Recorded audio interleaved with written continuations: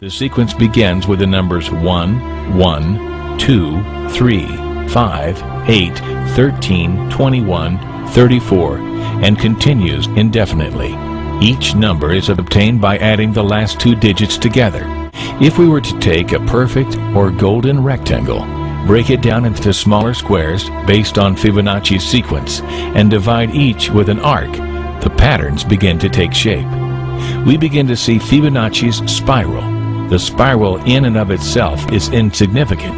Its importance is revealed in where we find it. Take, for example, the sunflower. The display of its florets are in perfect spirals of 55, 34, and 21, the sequence of Fibonacci. The fruitlets of the pineapple create the same spiral based on the sequence. The pine cone does the same.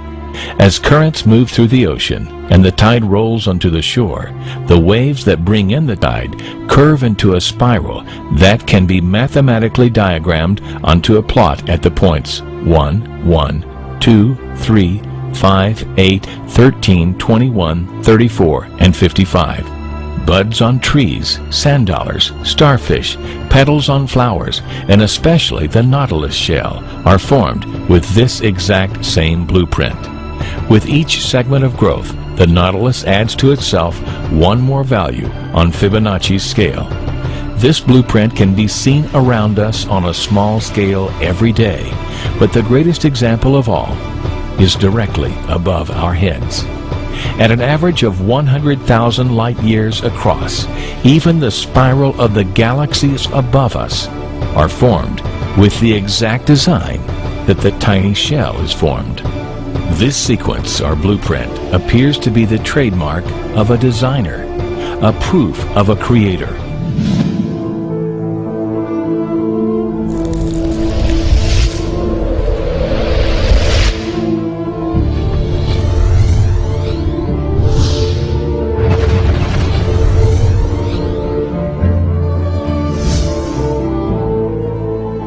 You speak about God. We call Allah God. What is Allah? Allah, from the Islamic perspective, means the God, the absolute, indivisible God. The Holy Quran says, "Qul huwa Allahu ahad." Say God is unique, one. Allahu samad. God is independent. Nothing depends. He depends on nothing. Everything depends on Him. Lam yalid. He does not beget, nor is He begotten, nor is He born. This absolute God has no frame of reference. Frame of reference implies something that is bound within time, matter, and space. The problem with these arguments is we keep constantly debating on the issue of bringing God to the relative world. The relative world cannot exist without an absolute creator, and that's the argument. You keep arguing on the issue of God in the relative sense. God is not transient. He is the necessary existent. We are the transient existent.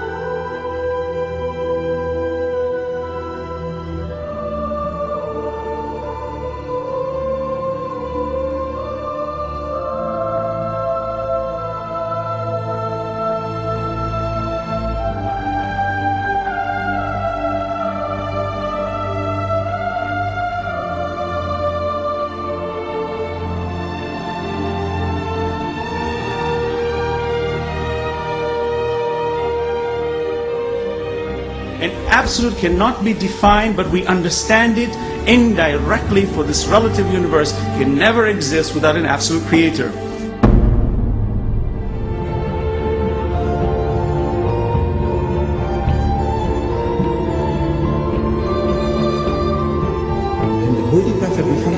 to say, Qul huwallahu ahad. Say, He is God, the one and only. He said, Ahad, one and only. Jesus said, Echad, meaning one and only. Moses said, Echad, meaning one and only. What is the difference? It's the same word, meaning the same thing.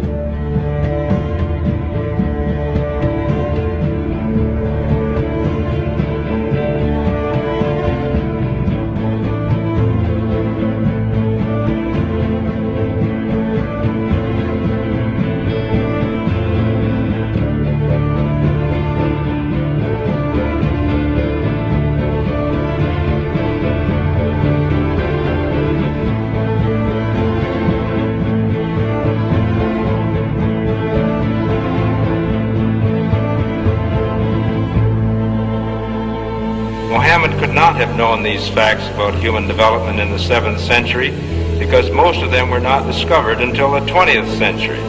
Muslims and others are justified in concluding that these facts could only have been revealed to Muhammad by the one who knows all about us, not only about how we developed, but how we lived and functioned. The unity of these three faiths consists in the unity of God. You see, in the fundamentals of the teachings of Moses, Jesus, and Muhammad, there is not an iota of difference.